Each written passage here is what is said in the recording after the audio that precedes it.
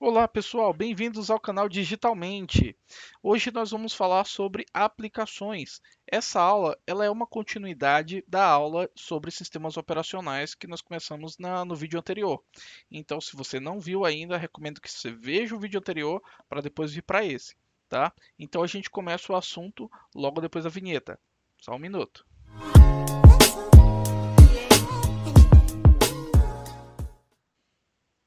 Então, pessoal, mais uma vez bem-vindos. Recomendo a quem não viu a aula anterior, volta, vê a aula, entende. Se tiver dúvida, deixa o comentário, tá? E se gostou, deixa o seu gostei, tá? Isso ajuda bastante no crescimento do canal e com isso a gente evolui aqui o nosso conteúdo, né? Sabendo que você está gostando, o que que você quer ver, né? Então, a gente está aqui para ajudar vocês, né? A gente está aqui para servi-los. Então, deixem aí o que vocês estão achando e nos apoiem aí dessa forma, tá? A gente agradece demais aqui o apoio que vocês têm nos dado nesse sentido, tá? Além de nos seguir aí também nas redes sociais. Isso ajuda bastante aí no engajamento, tá bom? Então, pessoal, continuando a nossa aula sobre aplicações, hoje a gente vai falar aqui, explicar um pouquinho. Na aula anterior nós explicamos lá como é que era o conceito do sistema operacional e hoje a gente vai falar um pouquinho do software, né? O sistema operacional ele não deixa de ser um software, tá? Ele é um software sim que interage ali com o hardware. Ele é uma camada assim que o usuário é a camada mais baixa que o usuário consegue chegar ali no computador de forma direta, né? Usando ali os aparelhos para poder conversar ali com os equipamentos, tá? Então hoje falando de software, né, de aplicações, a gente tem aí a seguinte situação: o software ele é um conjunto de instruções, né? Então você tem ali diversos comandos conjuntos ali para você fazer ali uma tarefa, conseguir concluir uma atividade, conseguir concluir ali algum problema com um resultado proveitoso, né? Então, ele é totalmente diferente de hardware, tá? Então, nós temos a camada do hardware, como eu havia falado. A gente tem toda a parte ali, peças de computadores, impressora, câmera, monitor, né? Então, tudo que é peça de computador é hardware. E nós temos o software, né? Como eu falei, é o conjunto ali de comandos que a gente dá para que com isso a gente torne o computador útil, né? E tenha ali os resultados na tela, tá? Então, você faz todo esse comando aqui, né? Chega a ser engraçado falar isso, mas você fazer esse comando inteiro para aparecer um Hello World, né? Então, aproveitando, se você quiser ver alguma coisa sobre desenvolvimento de sistemas, tá? Aplicação, falar um pouquinho sobre esse meio de dev, tá? Deixa aí nos comentários, tá? Não esquece aí de nos seguir também e deixa lá se você quer falar sobre esse assunto. A gente traz também alguns convidados aqui, tá? Caso vocês queiram, para poder estar apoiando nessa parte de desenvolvimento. Eu sou um cara muito voltado à infraestrutura, mas a gente consegue trazer sim algumas pessoas aí, fazer algumas participações especiais falando sobre esse assunto, tá bom? Então, continuando aqui a nossa aula, tá? Nós temos o software, né?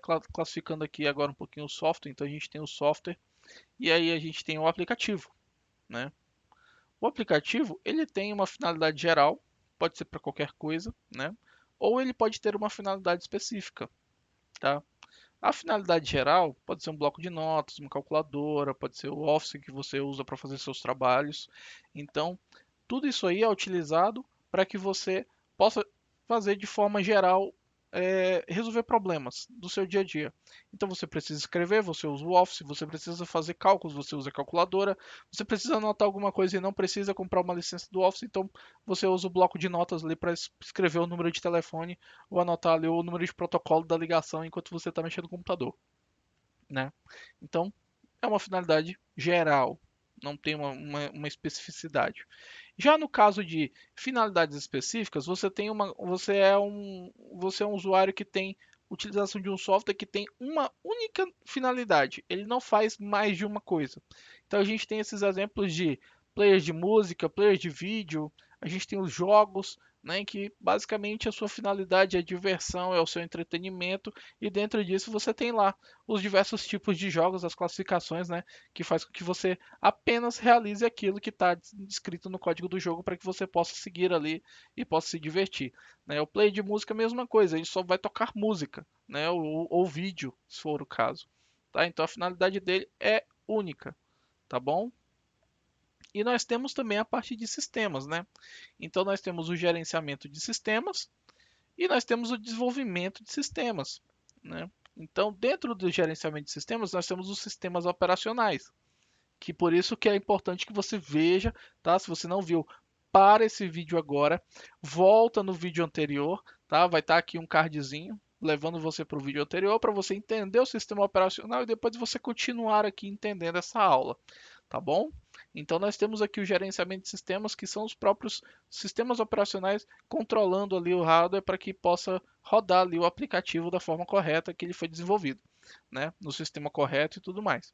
E dentro de desenvolvimento de sistemas, nada mais é do que aquele código que a gente viu lá no início, né? Então nós temos aí alguns tipos, né? O Visual G, para quem está começando aí que deve ser da área de desenvolvimento, análise e desenvolvimento de sistemas, sistemas operacionais, ou qualquer área que tenha ali programação, mesmo que básica, ali relacionada, né? Você tem um pouquinho de visão desse cara, né? Que é o Visual G, que é o primeiro contato com a programação em algoritmo, né? Você escreve em português mesmo, como se estivesse conversando com uma pessoa, né? Então é bem interessante, recomendo vocês darem uma olhada. E se vocês quiserem também, deixem no comentário que a gente traz aqui também, operando o Visual G, tá?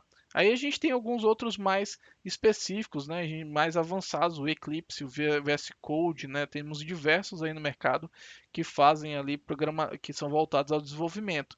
Então, com esses caras aí, você consegue criar ali novas aplicações, tanto de finalidade geral quanto de finalidade específica.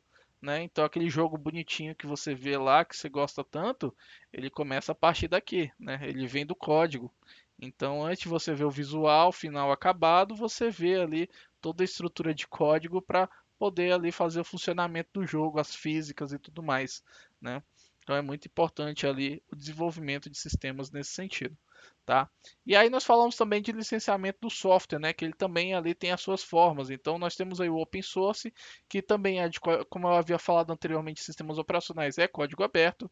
Ele tem ali uma distribuição e manipulação do código liberado. Então eu posso fazer aquilo que a gente chama de engenharia reversa. Eu posso pegar o código, abrir ele na minha máquina, eu posso customizar ele para uma tarefa minha, né? Então, eu tenho um bloco de notas que eu gostaria que ele fizesse cálculos também. Então você pode pegar o código do bloco de notas lá, livre, né, que está lá com a licença livre, open source, pode customizar ele para que ele rode também ali, quando você colocar um cálculo matemático, você pode colocar para que ele te realize também aquela operação. Né? Então, desde que você saiba, tenha noções ali de programação, você pode realizar ali a manipulação do código e fazer a engenharia reversa do programa. Né? E você pode distribuir ele também de forma gratuita, tá? A comunidade open source ela é muito grande, tá? Você tem vários programas aí, não é só Linux, tá? O mundo livre não é só Linux. Você tem aplicações que rodam em Windows e macOS também open source, tá? Recomendo aí vocês buscarem que tem bastante informação, que isso, às vezes tem uma aplicação que é paga, você quer usar e não tem dinheiro para comprar, mas também não quer piratear, então você vai lá e pega o equivalente rodando com o código aberto, né? E aí você não tem custo, tá? Que é o mais é o maior ponto, né? Geralmente quando a gente é estudante, a gente não tem dinheiro, né? Então acaba ali não podendo usar algumas aplicações, a não ser que ela tenha ali a disponibilidade de uso de estudante, né? Que aí você pode vincular sua conta da faculdade, sua conta ali do instituto que você estuda, para que você possa ali estudar aquele software, usar aquele software na versão de estudante, né? E como eu havia falado, ele é totalmente mantido pela comunidade. Então eu posso manter o aplicativo que você desenvolve, você pode desenvolver, você pode manter e evoluir um aplicativo que eu também desenvolvi, por exemplo, né? Então tudo isso é a própria comunidade que faz ali a evolução, né? Então temos alguns exemplos aqui, né? O LibreOffice, que é o equivalente ao Office, tá? Temos o OBS, conhecido aí bastante por gravar as aulas, né? Inclusive eu utilizo aqui bastante. Temos o Android também, o sistema operacional, como eu havia falado na aula anterior, né? E o próprio Linux, que é open source, tá? Agora falando um pouquinho sobre os softwares freeware, né? O que é o freeware? Ah, é gratuito, é open source também? Posso? Não, ele tem uma diferença. Ele é código fechado. Eu tenho algumas regras para usá-lo, né? Então, às vezes o fabricante do software deixa livre para que você use na sua casa ou que mas você não pode usar na empresa, porque para você usar na empresa você tem que pagar. Então, também entra nessas regras de uso, né? Mas também tem livre distribuição, você pode baixar. Então, antigamente aí quem é mais antigo deve lembrar do site Baixa Aqui, em que você podia chegar e baixar lá os programas que estavam lá, né? Todos freeware. Então, código fechado, você podia baixar, rodar na sua máquina como usuário comum e poder executar ali diversas funções, né? Aí, como eu falei, por ser de código fechado, ele é proibida a manipulação do código, né? Você não pode fazer engenharia reversa, não pode fazer manipulação de código de forma alguma, tá? Então, ele não possui nenhum custo ou qualquer controle de distribuição. Ele é livre para você distribuir para quem você quiser. Então, se eu quiser criar um site como Baixa Aqui, colocar, hospedar lá dentro do meu site para você baixar de graça os, os programas, você também pode fazer isso, tá? Não tem custo. Eu não posso cobrar por algo que é gratuito, né? Então, é mantido aí, como eu falei, por uma empresa ou dona do código, né? Então você tem grandes exemplos, como por exemplo a própria Apple, como eu havia falado na aula anterior, você pode baixar o macOS e rodar ele em outras máquinas, né? Claro que isso envolve ali toda uma moralidade, né? Que tem algumas pessoas conversando aí na internet, que é o Hackintosh, em que a Apple distribui gratuitamente o macOS desde que você tenha uma máquina Apple. Mas nada impede você rodar ela em outras máquinas que tenham ali capacidade de processamento compatível com o sistema operacional, né? Temos o Adobe PDF, muito conhecido aí como leitor de PDF. Hoje ele na versão gratuita já vem com várias possibilidades de uso ali, né? Desde assinar documentos até criar um documento de forma gratuita, né? Então você pode baixar direto do fabricante ou de algum site confiável e você pode utilizá-lo aí no seu dia a dia, né? O Skype também, que hoje é da Microsoft, né, um comunicador aí muito famoso. Então você pode baixá-lo, você pode utilizá-lo, mas você não pode manipular o código, você não pode utilizá-lo de outras formas, né? Além de que para você utilizar na sua empresa, você tem que ter o Skype Enterprise, né? A mesma coisa aqui nós temos o Telegram e temos o WhatsApp, que são dois comunicadores muito famosos na última década aí, estouraram bastante, né? E são aplicações que são totalmente gratuitas, né? E você pode utilizá-las para qualquer finalidade, desde que você não utilize no modo Enterprise, porque para o Enterprise você também tem que ativar o WhatsApp Business para poder fazer ali a sua página. Apesar de que o WhatsApp Business ele não cobra, né? Mas tem algumas coisas que caso você queira fazer, ele vai acabar te cobrando. Né? Já o Telegram é um pouquinho diferente, em que ele tem ali o modo gratuito e você tem agora uma versão paga dele também, né? Para empresas. Então, totalmente aqui compatível com o que diz o freeware. Tá? Temos ainda o trial, né, que é o modo de demonstração. Você tem um software que é pago, mas você antes de pagar você gostaria de testar, né? É aquela coisa. Antes de comprar lá, você tem que testar para ver se realmente é aquilo que vai te atender. Afinal, dependendo do software, a gente está falando de um custo bem alto, né? Então, qualquer software pago aí que seja disponibilizado pelo fabricante para uso por um determinado tempo, né? Aí o tempo, qual é o tempo? É definido pelo fabricante, tá? Você pode utilizá-lo ali. Depois do prazo, para você continuar usando, você ou compra ou deixa de usar, né? Ah, gostei, quero comprar. Ok, faz sentido, vou comprar. Não, não gostei, não resolveu o meu problema. Então, você pode simplesmente parar de usar, não vai ter custo ali, né? Então a gente tem alguns exemplos aí, o Trello, né, que pode ser aí o Trello Premium, né, que você pode usar por 14 dias aí, totalmente gratuito com todas as funções. Então a ideia é que você pode testar ali todas as funcionalidades, validar que ele te atende naquele requisito e fazendo sentido, você pode comprá-lo ali já no final dos 14 dias. O Salesforce também, um CRM muito famoso, né? Também te oferece ali 30 dias gratuitos de teste, em que você pode ter ali todas as funcionalidades do ambiente funcionando sem nenhuma restrição, e depois disso você escolhe se você quer comprar ou vai deixar de usar, né? E aí nós temos também o Enterprise, né? Geralmente Enterprise a gente fala de modo empresarial, né? Mas no nosso dia a dia também a gente acaba usando algumas coisas de Enterprise, tá? Que são softwares ali de licenciamento de código fechado, né? Com distribuição controlada pelo fabricante. Então ele escolhe se ele vai colocar num site dele, se ele vai colocar através de um parceiro para poder baixar, né? Ou não, só recebe via Sedex, né? Também é possível aí. O formato é a escolha do fabricante, né? Ele é o dono do código e por isso não pode ser manipulado de forma alguma. Você não tem autorização de fazer engenharia reversa e ele sempre possui custo, tá? Como eu falei anteriormente, ele pode não te possuir custo por alguns dias, você pode usar ali por 14 dias, 30 dias, 60 dias, 90 dias, né, ou mais, dependendo aí do fabricante e você depois disso você tem que pagar. Né? Então você ali, eu quero adquirir o software, então você para poder ter aquele software rodando no seu ambiente, você tem que pagar. Né? Então por isso possui custo e ele é 100% mantido pelo fabricante. Ao contrário do open source, né, enquanto ele usa aqui enquanto você tem o open source de uma forma, você tem o enterprise de outra, totalmente contrária, né?